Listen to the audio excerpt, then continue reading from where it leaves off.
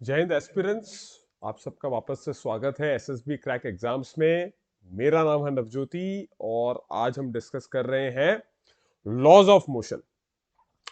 Physics के point of view से when you have gone through motion as the basic concepts, उसके बाद जो नेक्स्ट स्टेप है वो है हम समझे कि न्यूटन के 3 लॉज कौन कौन से हैं और वो क्या है। तो सबसे पहला लॉ को समझने के लिए ये जरूरी है कि हम समझे what is inertia.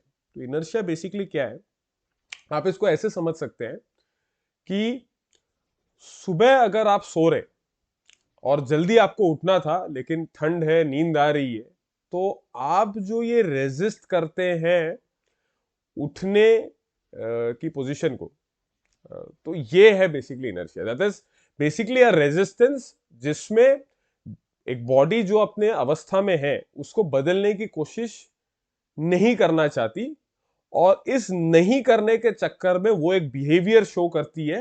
That is basically due to inertia. ठीक है, so it's a property of an object by virtue of which it cannot change its state of rest. अगर वो रेस्ट में है तो वो रेस्ट में ही रहेगी, अगर वो मोशन में है तो वो मोशन में ही रहना चाहेगी जब तक बाहर से एक फोर्स ना लगे। तो इसको आगे हम देखेंगे। ध्यान रखिए, किसी चीज का इनर्शिया डिपेंड करता है कि उसका मास कितना है। जैसे अगर मास बहुत ज्यादा है तो वो आसानी से चेंज करेगा ही नहीं अपना स्टेट, चाहे वो मोशन में हो या रेस्ट में। अगर कम मास है तो फटक से चेंज कर सकता है, तो उसका फिर इनर्शिया कम होगा। ठीक है। अच्छा, तो 3 टाइप की इनर्शिया है, रेस्ट, मोशन और डायरेक्शन। आज के इस लेक्चर में हम ट्राई करेंगे कि इन तीनों लॉज ऑफ मोशन को, जो न्यूटन के हैं, इनको जितनी जल्दी हो सके मैं ट्राई करूंगा आपको रिवाइज करवाने की। ठीक है, तो इनर्शिया हम कंटिन्यू करते हैं। इनर्शिया ऑफ रेस्ट, मोशन और डायरेक्शन। तो रेस्ट में जो बॉडी पहले रेस्ट में है वो मूव करने से रुकेगी। जैसे बस में आप अगर बैठे हैं तो जब बस रुकती है तब आप मूव कर जाते हैं, या तो आगे या पीछे, डिपेंडिंग ऑन कि चला बस रेस्ट पे था और फिर बस मूव करने लगा, या बस मूव कर रहा था और फिर ब्रेक मारने पर रुका। तो डिपेंडिंग ऑन दैट एक बिहेवियर शो हुआ। तो that is basically inertia of rest and motion. और इनर्शिया ऑफ डायरेक्शन क्या है कि एक डायरेक्शन में पर्टिकुलरली जा रहे थे, ठीक है, एक डायरेक्शन में पर्टिकुलरली जा रहे थे, उस डायरेक्शन को चेंज करने के लिए जो रेजिस्टेंस आया, that is inertia of direction. ठीक है, सो ये था बेसिकली इनर्शिया। इससे समझते हैं कि फर्स्ट लॉ ऑफ मोशन क्या है, और उससे पहले हम जानते हैं कि फोर्स क्या है। ठीक है, तो फोर्स बेसिकली क्या है, एक पुश या पुल जिससे आप किसी के करंट स्टेट को चेंज कर सकते हैं। मतलब अगर कोई मूव कर रहा है तो मैं उसे रोक सकता हूं, और अगर कोई रुका हुआ है तो उसको मैं चला सकता हूं बाय यूजिंग फोर्स। तो it's a type of push या पुल। ठीक है, पुश या पुल। अच्छा, क्या है ये? एक वेक्टर क्वांटिटी है। वेक्टर क्वांटिटी मतलब इसकी अपनी एक डायरेक्शन है, मैग्नीट्यूड तो है, that is it has its value and unit, and plus it also has direction. ठीक है, किस तरफ लग रहा है ये भी इंपॉर्टेंट है जब हम इसको मेजर कर रहे हैं। इसका एसआई यूनिट क्या है? Based on the physicist Isaac Newton, इसका यूनिट है एसआई यूनिट न्यूटन। ठीक है, 2 टाइप में आप इसको कैटेगराइज कर सकते हैं, एक है कॉन्टैक्ट फोर्स, एक है नॉन कॉन्टैक्ट। कॉन्टैक्ट मतलब फोर्स लगाने के लिए दोनों बॉडीज को एक दूसरे में टच होना जरूरी है। जैसे फ्रिक्शनल, जिसकी वजह से हम मूव कर पाते हैं। स्प्रिंग फोर्स, जैसे ये वाला।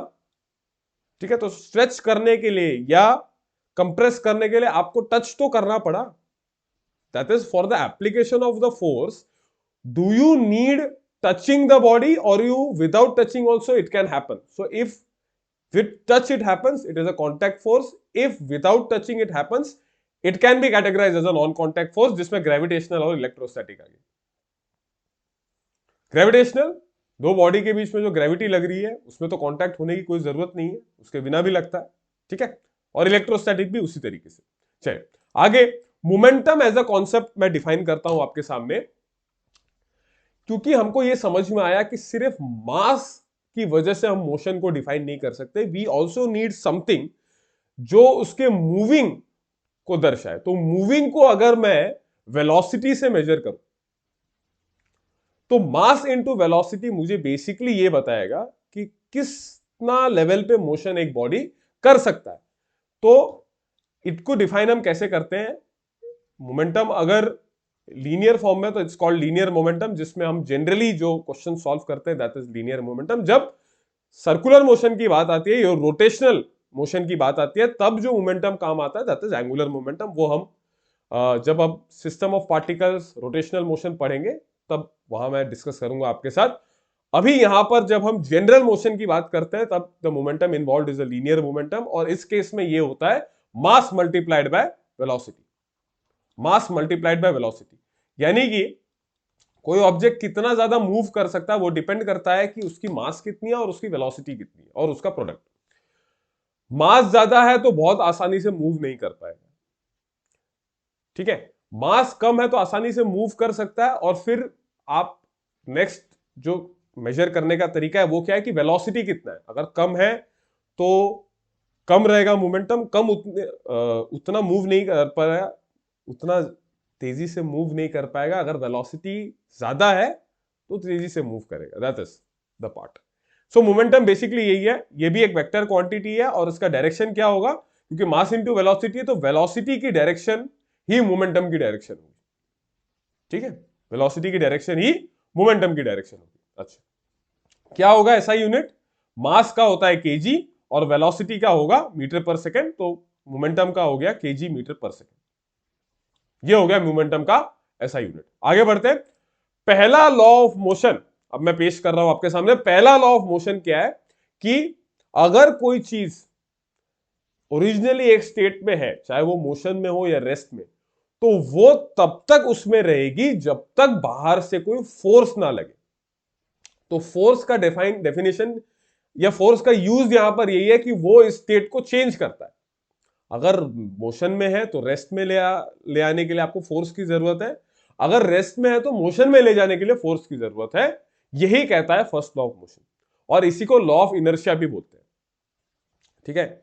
ओके, तो ये देखिए, जैसे ये फुटबॉल पे किक किया, पहले रेस्ट पे था, किक करने पर आपने एक फोर्स लगाया, यू आर बेसिकली पुशिंग, तो उसकी वजह से मूव किया, ठीक है, उसकी वजह से ये मूव किया। अब मूविंग था, गोल पोस्ट पे यहां पर ये जो पीछे नेट होता है वहां लगा, हालांकि इसके बाद भी मूव करेगा, लेकिन फिर मोशन जो है वो थोड़ा रिड्यूस हो जाएगा। तो वो कैसे हुआ, क्योंकि वो जो नेट्स है उसने उस पर फोर्स लगाया बॉल पे, ठीक है। अच्छा, बॉल ने भी लगाया और फिर नेट ने भी लगाया बॉल पे, इसको हम थर्ड लॉ में पढ़ेंगे। आगे देखते हैं, पहले सेकेंड लॉ समझ लेते हैं। फर्स्ट लॉ तो समझ में आ गया कि a body will continue to move और a body will continue to be at rest till an force is applied on it. Second law of motion क्या है, ये जो फोर्स है इसको क्वांटिफाई करता है सेकेंड लॉ ऑफ मोशन की एग्जैक्टली किसके बराबर है, ये जो फोर्स एक्सटर्नली लगा ये किसके बराबर है। लॉ ये बोलता है कि ये जो फोर्स है ये प्रोपोर्शनल होता है इस मोमेंटम के चेंज में with respect to time. Change in momentum that takes place in the direction of applied force, वही फोर्स जिस डायरेक्शन में लगा और मोमेंटम जिस डायरेक्शन में है, अगर अलग अलग है तो अलाइन करना पड़ेगा यूजिंग एंगल थीटा, उसमें फिर cos theta component and everything वो लेना पड़ेगा। तो उस डायरेक्शन में फोर्स होगा जिस डायरेक्शन में चेंज इन मोमेंटम हो रहा है, एंड विद रिस्पेक्ट टू जैसे आपने टाइम किया तो आपको ये मिला। तो इसको मैं अगर सॉल्व करूं तो इक्वल टू के आ जाएगा, अगर प्रोपोर्शनलिटी साइन हटा तो के आ गया, D by D T. Momentum मैंने अभी पढ़ा था मास इंटू वेलोसिटी होता है, मास टाइम के रिस्पेक्ट में चेंज नहीं होगा तो ये मास बाहर आ जाएगा, डिफरेंशिएशन सिर्फ होगा वेलोसिटी का टाइम के रिस्पेक्ट में, और वो होता है एक्सेलरेशन। मैं फॉर कन्वीनियंस के इक्वल टू 1 मान सकता हूं, तो मेरा जो फोर्स है that is basically equal to mass into acceleration. तो मेरा जो 1 न्यूटन है वो बेसिकली किसके बराबर हुआ, KG metre per second square. This is equal to 1 newton, 1 newton equal to 1 KG metre per second square, ठीक है। मास इंटू एक्सेलरेशन, इसी की वजह से आप बोल सकते हैं कि आपको ज्यादा पुश करने की जरूरत नहीं है। अगर आप किसी ग्रोसरी स्टोर गए हैं, वहां कार्ट मूव करना है, तो अगर भरा हुआ है तो ताकत ज्यादा लगेगी, खाली है तो कम ताकत लगेगी, क्योंकि जो फोर्स है वो मास के प्रोपोर्शनल है, ठीक है। अच्छा, ओके, तो ये था सेकेंड लॉ ऑफ मोशन। ये बताता है कि फोर्स एग्जैक्टली कितना होता है। पहले ने ये बताया कि फोर्स की जरूरत कहां पड़ी, सेकेंड ने ये बताया कि फोर्स एग्जैक्टली कितनों के बराबर है, it is basically equal to mass into acceleration, ठीक है। ओके, आगे बढ़ते हैं। इंपल्स, इंपल्स का ये मतलब है कि ये जो मोमेंटम, ये बेसिकली सेकेंड लॉ का ही डायरेक्ट एप्लीकेशन है, उसी से ये कॉन्सेप्ट मिला है इम्पल्स। फोर्स जो है वो कितने टाइम तक अप्लाई हो रहा है, वैसे बहुत शॉर्टर टाइम पीरियड के लिए जब अप्लाई होता है तब इसका जो प्रोडक्ट होता है वो इंपल्स कहलाता है, और ये बेसिकली चेंज इन मोमेंटम के ही बराबर है। आपने अभी देखा था कि फोर्स वाज इक्वल टू के डीपी बाई डी। तो चेंज इन मोमेंटम बेसिकली क्या हुआ, फोर्स मल्टीप्लाइड बाय dt। इसको फिर इंटीग्रेट कर देते हैं तो ये आ जाता है चेंज इन मोमेंटम, मैं डेल्टा पी लिख रहा हूं, that is equal to force into delta time. यही कहलाता है impulse. Force into delta time is called as impulse, और ये बराबर होता है चेंज इन मोमेंटम के। ठीक है, वेक्टर क्वांटिटी है और फोर्स की डायरेक्शन में होता है। ठीक है, अच्छा, ये क्रिकेट बॉल जैसे अगर कोई फील्डर पकड़ रहा है बॉल, अगर वो कैच करने की कोशिश कर रहा है तो हो क्या रहा है, वो ये टाइम जो है, क्योंकि चेंज इन मोमेंटम जो है वो सेम है, फोर्स का इंपैक्ट वो कम करने के लिए टाइम पीरियड ऑफ कांटेक्ट बढ़ाता है। तो पकड़ने के बाद वो हाथ को मूव करता है ऐसे, ताकि ये जो टाइम पीरियड ऑफ कांटेक्ट है वो बढ़े, और इवेंचुअली ये जो प्रोडक्ट है एफ इंटू डेल्टा टी, क्योंकि मैं अगर डेल्टा टी को थोड़ा बढ़ा रहा हूं, that is the time of contact of the force, तो मेरा फोर्स जो है उसकी वैल्यू थोड़ी घट जाएगी, तो मेरे को फोर्स उतना जोर से नहीं लगेगा जब मैं कैच कर रहा हूं। ठीक है, so this is basically an application of impulse जो यूज होता है क्रिकेट फील्ड में। ठीक है, आगे बढ़ते हैं। हमने दोनों लॉस पढ़ लिए। तीसरा लॉ ऑफ मोशन ये बताता है कि आप जितना फोर्स किसी बॉडी पे लगाएंगे वो बॉडी भी आप पे उतना ही फोर्स लगाएगी। ठीक है, they occur in pairs, forces always occur in pair, और जितना आप लगाएंगे उतना ही लगाएगी वो, बस वो ऑपोजिट डायरेक्शन में होगा। So body A by B is equal to opposite to the force on the body B by A. जैसे इस तरीके से अगर नाविक नाव से ऐसे उसको ब्रिज पे पहुंचना है तो उसे नाव को धकेलना पड़ेगा, तो नाव उसे धक्का देगी, तो फिर वो ब्रिज तक पहुंच जाएगा। सिमिलरली गन के अंदर भी जब फायर होता है तब पीछे की तरफ मूव होता है, तो बुलेट जो आगे गया उसने फोर्स लगाया गन पे, तो आप पीछे गए। ठीक है, लेकिन कॉज इफेक्ट रिलेशन नहीं होता कि ये हुआ तो वो हुआ, एक्शन रिएक्शन ना भी बोले तो भी चलता है। आप इसको ऐसा बोलिए, इसने उस पर फोर्स लगाया और उतना ही उसने इस पे फोर्स लगाया, और यही कारण है क्यों ये फोर्सेस कैंसिल नहीं होते, क्योंकि ये एक बॉडी पे नहीं लग रहे। ठीक है, एट द सेम इंस्टेंट।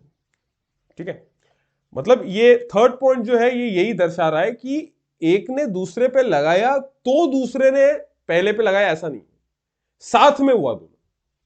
ठीक है, at the very same instant. अच्छा, चलिए, लीनियर मोमेंटम जो हमने अभी पढ़ा, तो ये तो था तीन लॉस। पहला लॉ था आपका इनर्शिया, जिसमें फोर्स कब लगता है या क्या वहां जरूरत पड़ती है। सेकंड ने फोर्स को क्वांटिफाई किया, और थर्ड ने बताया कि पेयर में फोर्स एक्ट होता है जरूर, मतलब ऐसा नहीं होता कि आपने किसी पे फोर्स लगाया तो वहां से कुछ नहीं हुआ, तो पेयर में एक्ट करता है फोर्स हमेशा। ठीक है, अच्छा, तो ये तो हो गया तीनों लॉज ऑफ मोशन।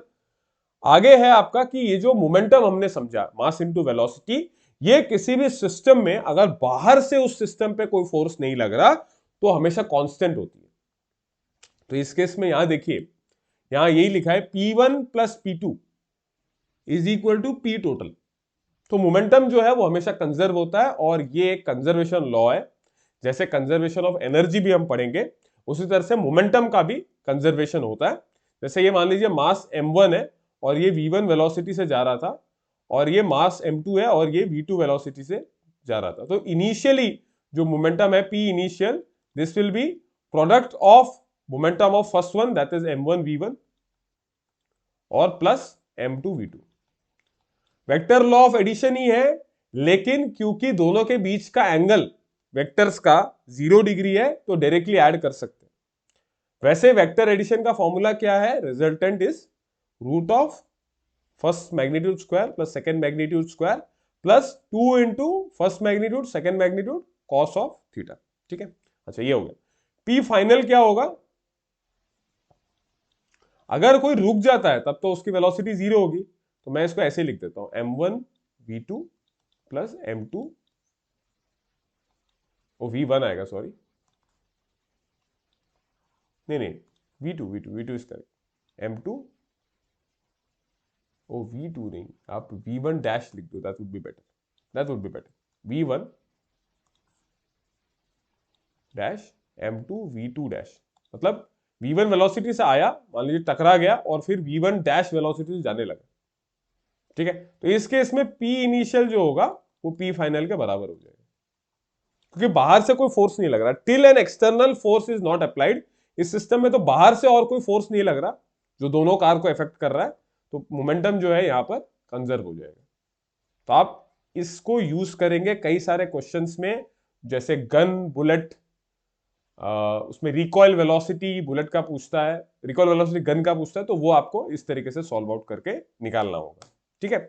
तो आपको समझ में आया कि जो मोमेंटम है वो कंजर्व होता है, और इस तरीके से आप मेंशन करेंगे, ठीक है, ओके। अच्छा, आगे बढ़ते हैं। कुछ और फोर्सेस हैं जो हमारी इंटरेस्ट की रहती है, जैसे एक पहला जो है वो है वेट। वेट मतलब कितने ताकत से या किस फोर्स से आपको ग्रेविटी खींच रही है अपनी तरफ, that is basically the weight, और this is equal to mass into acceleration due to gravity, ये होता है वेट। नॉर्मल रिएक्शन मतलब इस वेट को बैलेंस करने के लिए भी एक फोर्स होगा, तो वो बैलेंस कौन सा फोर्स करेगा, नॉर्मल रिएक्शन जिसको हम बोलेंगे, और ये आर, ठीक है। फिर तीसरा जो फोर्स है that is called tension. Tension मतलब जब आपने किसी चीज को टांग दिया, तब एक तो वेट की वजह से इस थ्रेड पे एक फोर्स लग रहा है, इसको बैलेंस करेगा टेंशन, ठीक है। तो ये टेंशन और नॉर्मल रिएक्शन बैलेंसिंग फोर्सेस हैं फॉर वेट, ठीक है। अच्छा, आगे बढ़ते हैं। फ्रिक्शन समझते हैं कि फ्रिक्शन क्या है, ठीक है। आप मूव कर रहे हैं, आप मूव ही करते रह जाएंगे अगर फ्रिक्शन ना होगा। कोई चीज रोक रही है तभी हम रुक पाते हैं, और कोई चीज एक पर्टिकुलर स्पीड पे चल रही है क्योंकि वहां फ्रिक्शन इन्वॉल्व है, ठीक है। तो पैरेलली लगता है जो भी कांटेक्ट फोर्सेस के। इस तरीके से दो सरफेसेस के बीच में, मान लीजिए ये जो येलोइश कलर का है ये इस वुड का है सरफेस, नीचे वाला जो कांटेक्ट में है इस ग्रीन फ्लोर के, और ग्रीन वाला जो फ्लोर है वो कुछ जैसा है। तो ये जो सरफेसेस हैं जो बड़ी इरेगुलर है, ये इंटरलॉक होती है, फंसती हैं एक दूसरे के अंदर, तो ये कहलाता है, ये फिर फ्रिक्शन को जनरेट करता है, ठीक है। कि ये इंटरलॉकिंग जो, तो मतलब मॉलिक्यूलर लेवल पे ही ऐसा है कि ये जो इरेगुलरिटीज है सरफेसेस के, ये एक दूसरे को इंटरलॉक करती है, ठीक है। Intermolecular interactions between the molecules of body in contact, ठीक है। अच्छा, सरफेस लेवल पे ऐसा होता है, इंटरलॉकिंग होती है, और मॉलिक्यूलर लेवल पे इंटरेक्शन हो रहा है वहां, ठीक है। अच्छा, जिस डायरेक्शन में मैं मूव कर रहा हूं, जैसे मैंने इसको इस साइड में खींचा, तो फ्रिक्शन रेजिस्ट करेगा इसकी मोशन को, इसको मूव करने नहीं देगा, और ये opposite to the direction of motion act करेगा, ठीक है। अच्छा, आगे बढ़ते हैं कि तीन टाइप्स ऑफ फ्रिक्शन है उसको समझते हैं। पहला है स्टैटिक फ्रिक्शन। जैसे मान लीजिए एक बॉक्स है एक पर्टिकुलर वेट का, तो आप जब हल्का हल्का सा उस पर फोर्स लगाएं पुश करने के लिए, तो शुरू में वो मूव नहीं करता है, लेकिन वहां पर भी फ्रिक्शन तो इन्वॉल्व है, क्योंकि आप जितना फोर्स लगा रहे हैं वो उसको काउंटर कर रहा है। और जैसे आपने थोड़ा और फोर्स बढ़ाया तब भी वो मूव नहीं हुआ, लेकिन तब आप देख पा रहे हैं कि काउंटर करने वाला जो फोर्स है वो अब पहले से बढ़ना पड़ेगा ताकि बॉडी मूव ना हो, ठीक है। शुरू में मान लीजिए इस तरीके का, मैंने जैसे बताया 10 किलो का है, ये आपका सरफेस है। शुरू में मैंने 5 न्यूटन का फोर्स लगाया इसको पुश करने के लिए ऐसे, तो ये मूव नहीं हुआ। फिर मैंने 10 न्यूटन का लगाया तो भी मूव नहीं हुआ। तो दोनों ही बार फ्रिक्शन फोर्स जो है वो अलग अलग लगा है। पहले उसे 5 न्यूटन को बैलेंस करना है ताकि मूव ना हो, और फिर उसको 10 न्यूटन को बैलेंस करना है ताकि मूव ना हो। सो इसको बोलते हैं स्टैटिक फ्रिक्शन, और ये बॉडी को रेस्ट पे ही रखता है, and it's a self adjusting force, खुद ही एडजस्ट हो जाता है डिपेंडिंग ऑन कि कितना फोर्स अप्लाई हो रहा है, ठीक है। It opposes the impending motion, move होने के लिए जो मोशन लगेगा उसको ये अपोज करेगा, ठीक है, ठीक है। ये था स्टैटिक फ्रिक्शन, जब तक बॉडी मूव नहीं हुई तब तक ये लग रहा है, and it is called static friction. अब जब हल्का सा मूव होना शुरू हो गया, just at the verge of motion, उस मोशन को बोलते हैं इंपेंडिंग मोशन, और तब तक स्टैटिक फ्रिक्शन लगा रहता है। अच्छा, जब मूव होना शुरू हो गया, अब जो फ्रिक्शन इन्वॉल्व होगा that is called as kinetic friction, that is called as kinetic friction. और इस केस में ये क्या होता है, ये जो फ्रिक्शनल फोर्स है ये प्रोपोर्शनल होता है इस बॉडी के नॉर्मल रिएक्शन के बराबर, सॉरी नॉर्मल रिएक्शन के बराबर, ठीक है, बराबर नहीं, इसके प्रोपोर्शनल होता है। तो अगर इसमें से आप प्रोपोर्शनलिटी साइन हटाएं तो एक कांस्टेंट मिलेगा mu k, and it is called coefficient of kinetic friction या coefficient of static friction, depending on motion है या नहीं। तो मैं कोफिशिएंट ऑफ फ्रिक्शन लिख रहा हूं, तो ये बेसिकली ये बताता है, और ये हर सरफेस के लिए अलग अलग रहता है, तो ये मुझे फिर मल्टीप्लाइड बाय आर मुझे फ्रिक्शनल फोर्स दे देता है। तो F K is equal to mu K into R, where mu K is coefficient of R is the normal reaction जो वेट को बैलेंस कर रहा है। तो इसका मतलब जितना नॉर्मल रिएक्शन होगा ज्यादा, उतना ही उस पर फ्रिक्शनल फोर्स ज्यादा लगाना पड़ेगा, ठीक है। और similarly for static friction as well, F S, लेकिन ये लेस देन इक्वल टू होता है म्यू एस एन के, क्योंकि इस पॉइंट पे वो जस्ट मूव करने वाला होगा, तो उससे वो कम होगा या उसके बराबर होगा, क्योंकि इसके बाद काइनेटिक फ्रिक्शन का रूल आएगा, ठीक है। So this was all in laws of motion. I hope आपको कई कॉन्सेप्ट्स वापस रिवाइज हुए हों। आप बने रहिए चैनल पर, और वीडियोस इसी तरीके से आती रहेंगी।